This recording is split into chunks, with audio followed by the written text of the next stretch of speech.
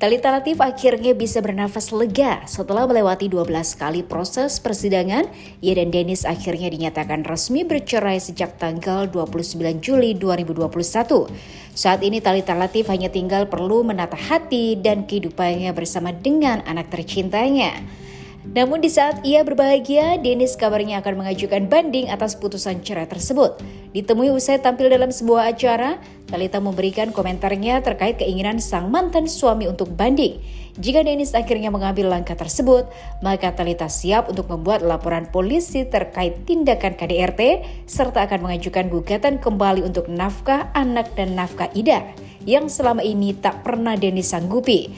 Tapi terlepas dari itu semua, bagaimana Thalita Latief menjalani hari-hari sebagai single parent? Apakah Thalita akan kembali membuka hati? Ya aku senang aja sih Mas, alhamdulillah akhirnya perkara ini selesai juga.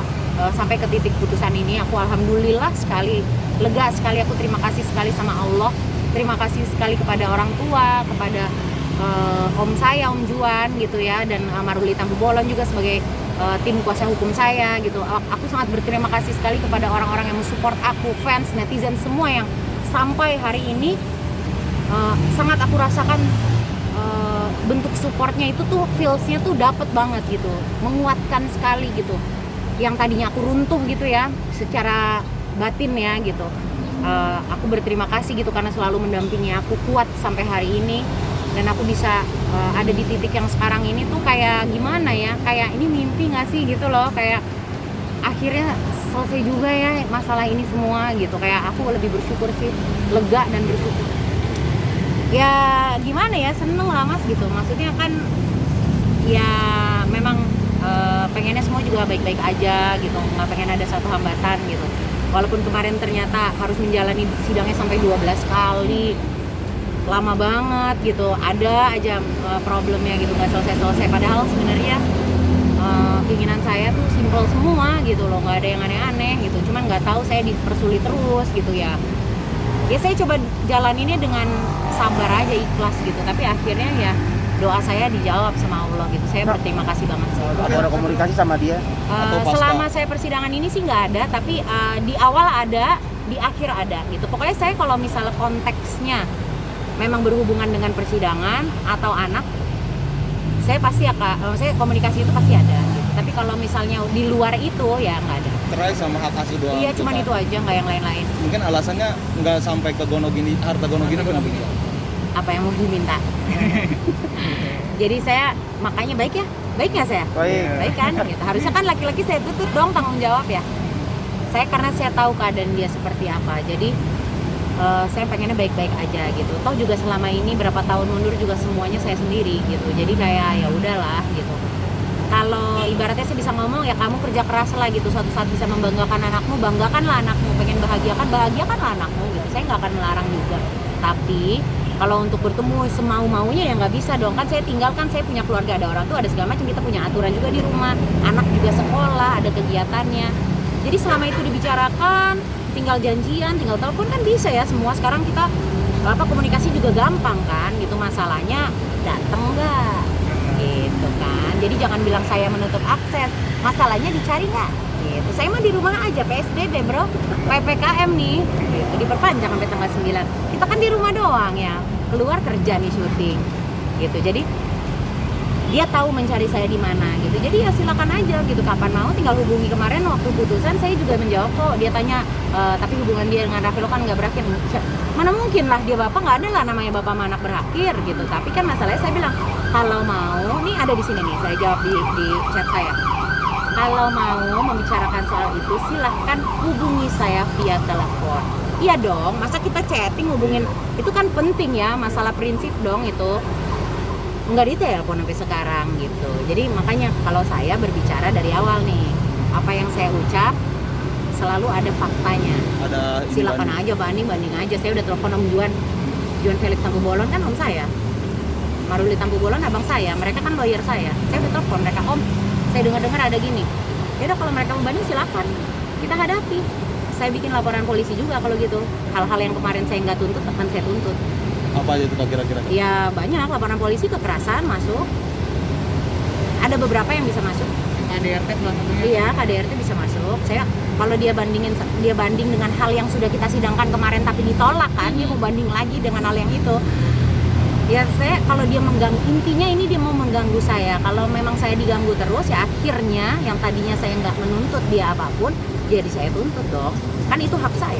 Nah saya cuman pesan sama om saya, sama abang saya, Maruli, kalau mereka mau banding saya akan masukkan gugatan polisi. Kalau laporan polisi, saya akan masukkan laporan polisi untuk yang KDRT. Dan saya akan bikin lagi gugatan baru untuk alimentasi anak, nafkah anak yang saya tidak tuntut kemarin. Dan saya akan tuntut juga gugatan untuk nafkah idah buat saya yang dia tidak pernah sanggupi selama di pernikahan yang tidak saya tuntut kemarin. Jadi ya silakan aja dia mau banding dengan hal yang sudah kita sidangkan itu untuk mengganggu saya akan lakukan hak-hak saya yang bisa saya tuntut lagi yang tidak saya tuntut kemarin. Kan domisili gitu. Iya, makanya saya bingung gitu. Kenapa? Masalah apa dengan domisili saya? Di sidang eksepsi itu mereka berdalil seperti itu tapi mereka tidak bisa membuktikan dan mereka tidak hadir pada saat sidang eksepsi. Padahal yang bikin mereka, tapi mereka nggak datang. Kan bingung ya. Ketika bagiannya saya saya membuktikan bahwa memang saya itu kenapa di Jakarta Pusat, karena memang orang tua saya rumahnya di Jakarta Pusat itu memang betul adanya. Sampai saat ini juga itu rumah-rumah kita betul adanya. Datanya pun semuanya lengkap. Bisa saya pertanggungjawabkan semua sesuai berkekuatan hukum semuanya gitu. Jadi ya bisa saya buktikan gitu. Nah, tapi mereka nggak melakukan gitu. Mereka nggak melakukan pembuktian. Terus tiba-tiba sekarang membanding masalah yang sama, kan lucu ya. Gitu. Ini mah mau ganggu saya doang ini. Nggak ada sih sebenarnya, itu hanya sekadar status aja ya. Cuman mungkin karena kita hidup di negara hukum, status itu penting. Jadi resmi kan, gitu. Jadi jelas status saya ini jelas gitu. Nggak masalah saya jadi seorang janda, kenapa gitu? Apa salahnya gitu loh? Ya saya tetap bekerja aja, saya tetap menjadi seorang ibu yang baik buat anak saya gitu. Saya tetap menjadi contoh yang baik untuk anak saya, bekerja keras, mengurus rumah tangga saya gitu. Saya mengurus anak saya gitu ya.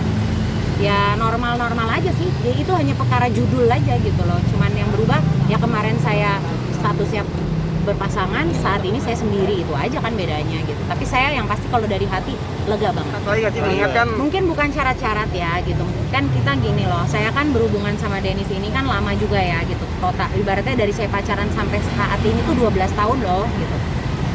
Pacaran sampai menikah gitu ya, sampai akhirnya kami berpisah gitu. Jadi mungkin dari apa yang gagal di hubungan ini pasti akan membuat saya belajar ke hubungan yang berikutnya gitu. Jadi mungkin saya nggak apa ya, mungkin untuk buka hati memang pasti saya mencoba dong untuk membuka hati, menutupi luka yang lalu, menyembuhkan luka yang lalu, mencoba membuka hati, hidup baru lebih bahagia tanpa ada beban yang menyiksa hati dan pikiran gitu kan.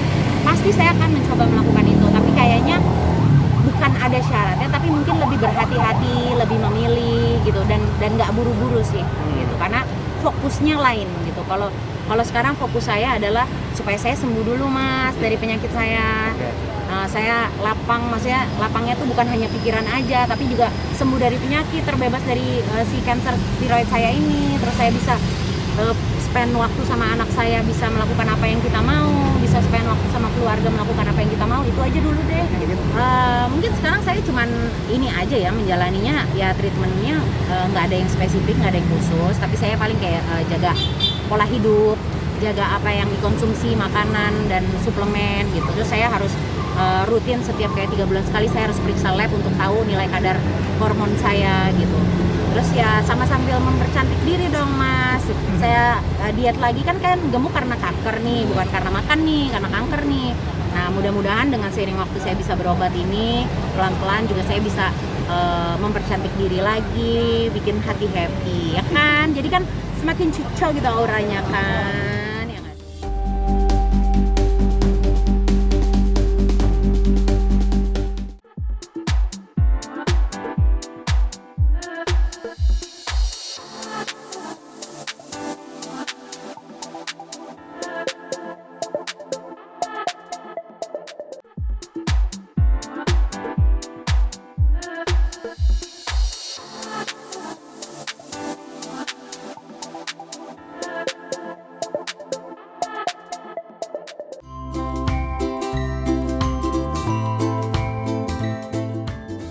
Cupers di rumah, ada yang sudah mencoba Tabenia Cake?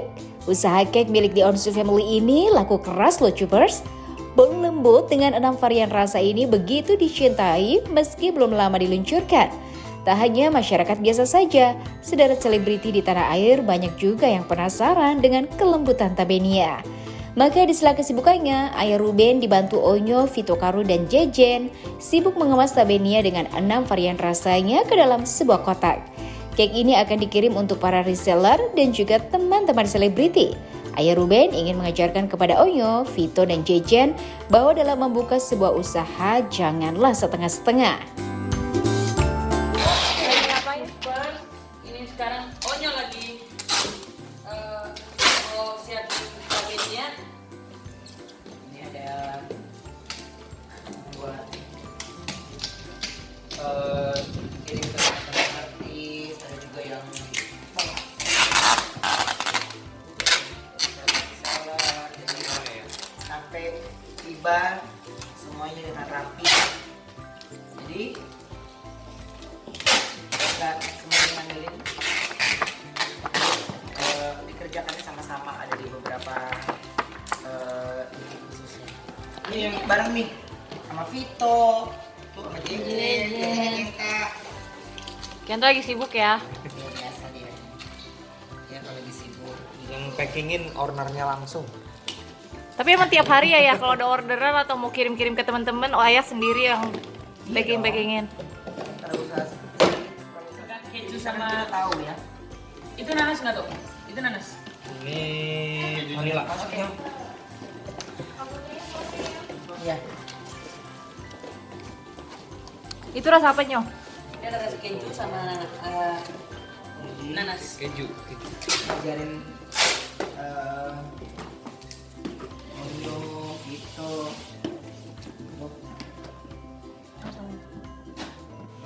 Jualan. Iya. Semuanya harus mulai dari ini. Siapa tahu kita bisa dari Tabenia bisa menghasilkan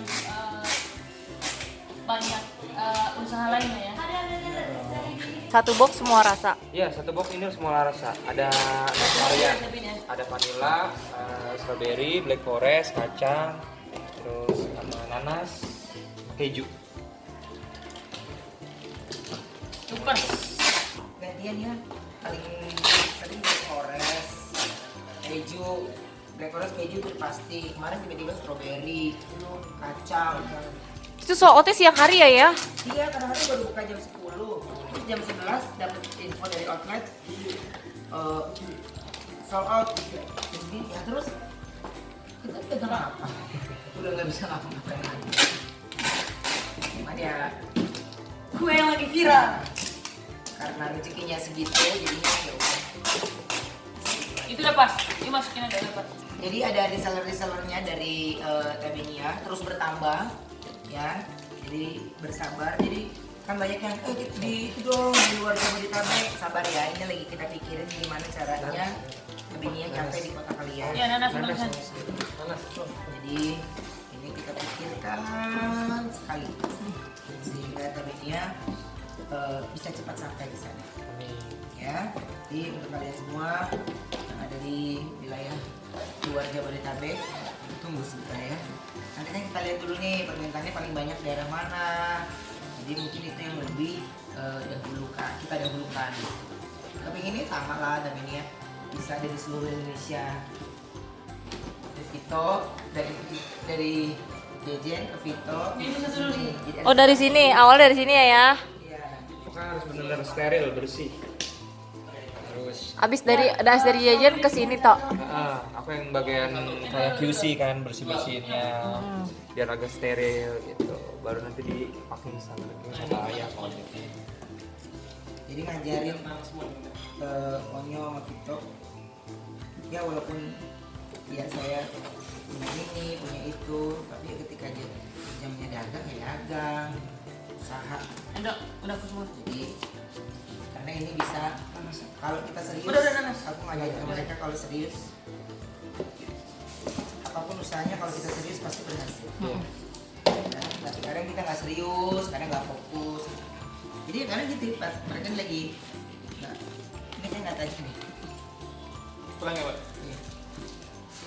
Terus kalau aku bilang yo packing pasti datang. Berarti tiap hari ya nih packing kayak gini? Tiap hari. Iya, tiap hari. Kan ada beberapa teman yang Pengen nyoba ya? Iya pengen nyoba ke toko terus sold out. Kita punya ide untuk dikirim langsung dari rumah sendiri. Kalau Onyo nih bantuin sambil dicemilin gak sih ya? Kayaknya paling suka kayak Onyo strawberry gak sih Nyo? Iya. Iya.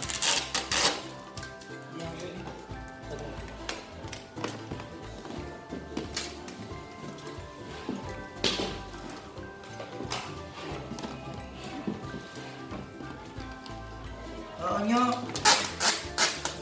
ya dia emang paling suka dia strawberry, tapi dia udah mulai ketagihan sama vanilla. Kalau aku suka black forest dan kacang. Vito, Aku suka strawberry sama nanas. kenapa emang? Ya kalau lebih ke buah-buahan. Ke bawah. Bener-bener strawberry-nya juga aromanya itu lepas dibuka tuh langsung. Nggak cuma strawberry doang semuanya, tapi aku lebih dominan ke strawberry juga sih. Sama nanas enak banget. Jajan, Kalau aku sukanya nanas. kenapa emang? Asam-asam ya Jan? Iya, Enak gak? enak banget. Ayo kamu Nanas ini rasa ya. nanas itu.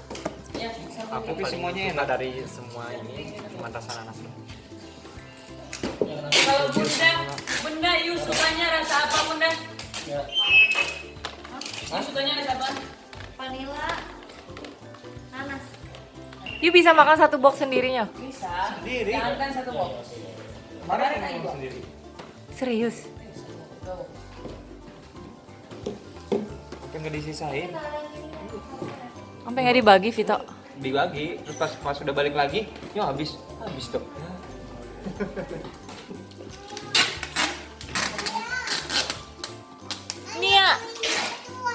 Nia mau lihat. Mau apa? Ini mau tapi nih ya.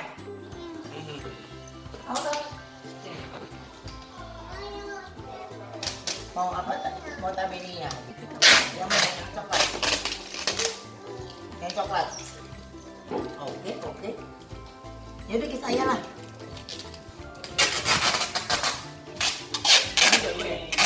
Ada nih ya, ini coklat.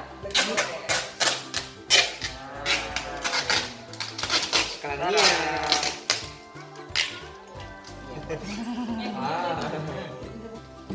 Cuma yang anak-anak tiap hari jadinya ya sekarang. Iya jumlah anak-anak. Karena semuanya yang mereka pilih. Daripada santai seperti di awal.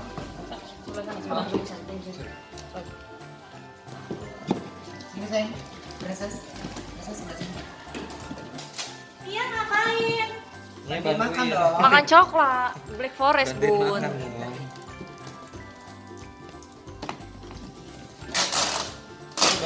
Bilang dong sama Aman. Enak gimana? Ah mantap gimana ya? Dia suka gini, suka gini. Potongin ya mau nggak?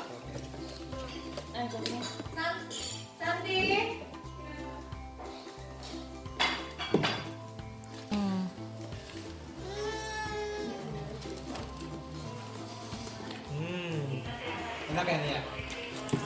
Oke, Cupers. Oke gitu, terima kasih. Coba beli Tabinia di Tabinia Official atau di reseller resminya Tabinia ya. Terima kasih buat semuanya.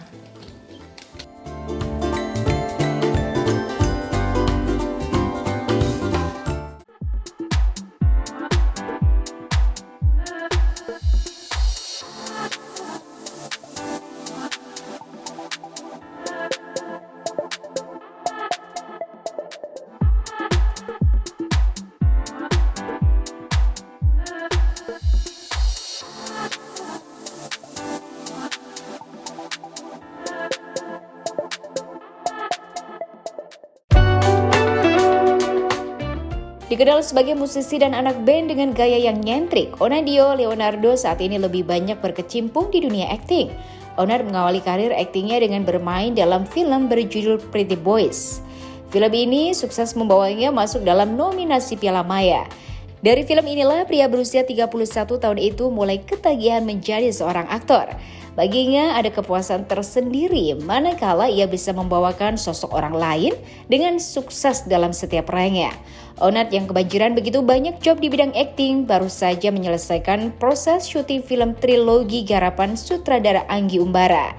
Di film ini pun Onat harus memerankan karakter yang jauh berbeda dengan karakter aslinya. Happy banget gua. Karena kebanyakan PH yang gue tolak jadi bencong terus ya. Capek gak sih walaupun emang bencong ya? Canda. Gue happy banget karena akhirnya jalur hidup gue berubah.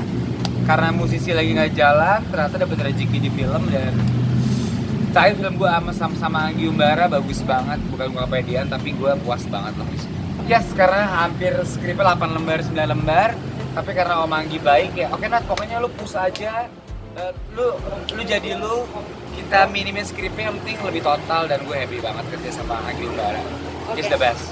Menikmati Nat jadi pro. Sangat. Tadi gue gak suka banget aktor karena pulang pagi, pergi pagi ya kan. Cuma lama-lama gue enjoy film sih. Gue mulai menikmati. Jadi pinter, jadi baca, jadi menghormati director, temen, kameramen, and the gang. Gue suka banget main film sekarang. 9 hari 3 film. Oh, Yes. 9 hari 3 film. Itu film trilogi ya? Iya, trilogi. Jadi ada I, ada Will, ada Survive. Itu kita harus kelarin di 9 hari karena lagi pandemi. Dan emang mungkin dari pihak Falcon klik film harus push segitu. Jadi ya waktunya emang agak belarakan tapi gue puas banget sama hasilnya. Dengan tergila gue harus melihat kolornya Anggika. Karena gue harus menelanjangi dia dan gue harus tidak dan gue harus menjadi bukan gue aja sih. Untuk pertama kali gue bukan menjadi diri gue sendiri sih. Dalam kesempatan yang sama, Onat juga memberikan komentar soal haters yang melemparkan bulian kepada anaknya. Haters tersebut mengeluarkan kata-kata kurang pantas yang begitu menyakitkan. Namun jika banyak selebriti yang membawa kasus bully terhadap anak ini ke jalur hukum, berbeda halnya dengan Onat yang hanya menanggapi dengan santai. Meski tak habis pikir dengan ulah haters tersebut, tapi musisi satu ini berusaha menjadikannya sebuah hiburan semata. Dan katanya Kemana sih netizen? Bahkan di neraka, orang neraka juga. Emang lu yang punya neraka gitu. Tapi menurut gue sangat tidak tersinggung sih karena menurut gue netizen tuh emang lucu ya. Jadi banyak artis yang tersinggung kalau anaknya dikatain atau bapaknya. Kalau gue malah happy lo kayak gue gak ada kerjaannya gitu. Kayak kita semua kerja ya. Lu sebagai jurnalis, gue sebagai aktor, apa-apa. Kita kerja gitu loh. Kalau mereka mungkin pengangguran aja sih gue mikirnya. Jadi kasihan dia loh. Enggak. Justru gue mikir karena mereka pengangguran dan gak ngapa-ngapain, gak kayak kita ya. Kita kan kerja ya, cari duit, cari ini. Ya mungkin gue ngerti sih, lo gak punya duit jadi lo kerjaan lo itu aja. Oke. Sama sekali enggak lah. Mau ngapain tersinggung sama netizen juga follower cuma 2, itu pakai akun palsu kan. Mungkin, tapi gue ngerti sih, mungkin karena budaya kita timur. Mungkin dia ngatain anak gue karena mungkin gue banyak perbedaan sama istri gue gitu. Jadi gue ngerti sih buat orang-orang kayak begitu, gue paham kok poin lo gitu. Cuman kayaknya lo harus lebih belajar banyak tentang agama, tentang menghormati orang gitu loh. Kan gak berarti lo belajar agama lo baik gitu loh. Cuman mungkin lo bertutur kata yang baik, mungkin itulah the best way untuk jadi orang baik lah. Sempat negor nggak sih, Nat? Enggak, gue pas baca kayak kenapa lo gitu loh. Cuma gue gatel aja, kok lu jahat sih kalau lu nyumpain gue atau istri gue. It's okay, cuma sampai anak gue gila lo, sakit jiwa lo ya. Gue sih mikirnya gitu sih, cuma gak apa-apa lah. Mungkin mereka tuh pengangguran aja sih, yang kalau ngeliat artis tuh pinginnya ngatain aja. Soalnya kan kayaknya bukan cuma gue deh, hampir semua artis hobinya begitu nyet. Mencari attention. Iya, mas gue ketimbang dia memuji film kita atau memuji berita lu, mereka emang lebih suka ngatain aja yang emang sakit. Biasa banget gue malah tahu-tahu, makanya gue kontenin. Gue malah mikir gitu loh, mas gue lu nyumpahin anak kecil yang baru lahir kayak lu sinting. Gue sih mikirnya gitu. Kakak gue sih sempet marah kayak, lu ngapain sih bikin konten gitu kan, kalau anak lu gede, siapa tuh pas baca berita malah nggak kuat sih, kisahnya enggak sih. Gue bakal ngasih pengarahan kalau mereka lagi yang aneh gitu loh. Kita bahagia-bahagia aja gitu. Mereka lagi yang jahat gitu loh. Orang baik nggak akan menyumpahi orang masuk neraka. Lo kan banyak artis-artis yang anaknya dibully dan mereka melaporkan gitu. Nah, Anda sendiri nggak ada gerak gitu? Enggak sih, kalau gue capek ya. Gue malah hiburan. Lu gila ya? Kalau gue mikir gitu. Karena itu menurut gue bentuk kesintingan sih. Lu menyumpahi anak kecil masuk neraka, intinya gini sih, kalau ada perbedaan kenapa lu masalahin sih gitu loh. Apa urusan lu? Mesti mikirnya gitu sih. Gue justru kasihan sama mereka sih. Mending lu cari kerjaan, cari duit yang banyak. biar lu bisa hidup enak, makan yang secukupnya aja. Itu pesan dari Onat untuk netizen ya? Menurut gue iya, nggak apa-apa lu mau ngatain anak gua, mau ngatain teman gua, mau ngatain gua homo, mau ngatain anak gua neraka, itu gua malah happy lagi kayak kasihan deh lo gitu. Karena kalau gua nggak suka sama lu, gua nggak bakal juga nyiapin waktu buat berita lu jelek deh, ngapain? Itu urusan lu. Gua juga sibuk, ngerti nggak sih? Karena lu nggak sibuk, pengangguran, mungkin nggak bisa makan. Ya kerja lu buka HP ngatain. Terus juga ujung-ujungnya kan lu tahu minta maaf. Sorry aku tuh orang miskin, aku nggak punya duit. Jadi gua udah paham pola, jadi gua kasihan sih. Justru gue kasihan sama mereka, get a fucking job. Ya menurut gue itu anak gue sih. Mau lu sama istri lu ngasih makan orang susah, anak lu tetap masuk neraka gitu. Kayak, lu kenapa sih gitu loh. Emang lu gak ada kerjaan nih? Kayak lu kan jurnalis ya, lu pasti nyari berita gitu. Kalau mereka enggak, mereka bangun tidur, gue mau ngatain siapa ya gitu. Mau ngatain Nikita kek, mau ngatain Onat, mau ngatain siapa lah gitu. Karena itulah pekerjaan, itulah hobi mereka gitu. Tapi maksud gue kalau lu mau total ya, kalau emang lu ditangkap, lu keren dong. Emang gue gak suka gitu. Kan kalau ditangkap kan, iya, gue orang susah nih gitu loh. Maksud gue cari satu orang yang emang keren gitu loh. Emang gue gak suka, gue emang mau masuk penjara gitu. Gue lebih suka gitu sih, karena polanya begitulah. Habis ngatain minta maaf, habis dicari minta maaf, standar lah.